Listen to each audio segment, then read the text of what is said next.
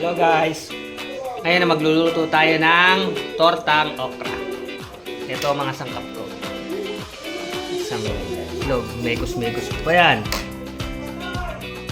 Okra. Sili, bawang at sibuyas. Si Mari ala eh.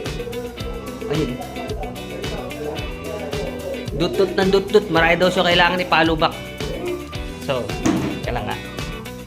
So guys, una ko nga palang niluto ay yung sili. Yan. Yan. Konti na lang. Yan yun. Babalik ta rin na natin. Mekos-mekos ng konti. Yan. So, yan. Ilalagay na natin ang ating bawang sibuyas. Yan. Para lang siyang ginigisa. Pero the best yan. Di naman. Pag naluto yan, makikilala nyo na ako bilang isang magaling na cook. One hand lang ang gamit ko ha.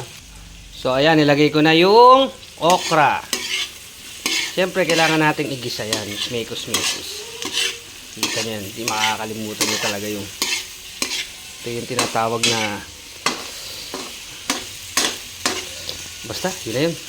Iikot mo yung kan. Hindi ako marunong. Bibilingin. Baka kasi mas kan pag binukot. Basta na.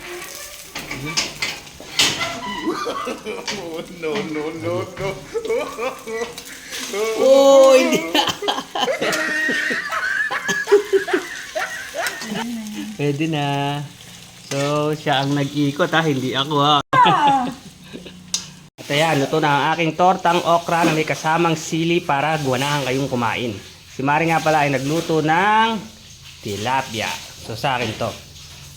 Masarap ang tilapia, pero mas masarap yung gawa ko. Kakain muna kami.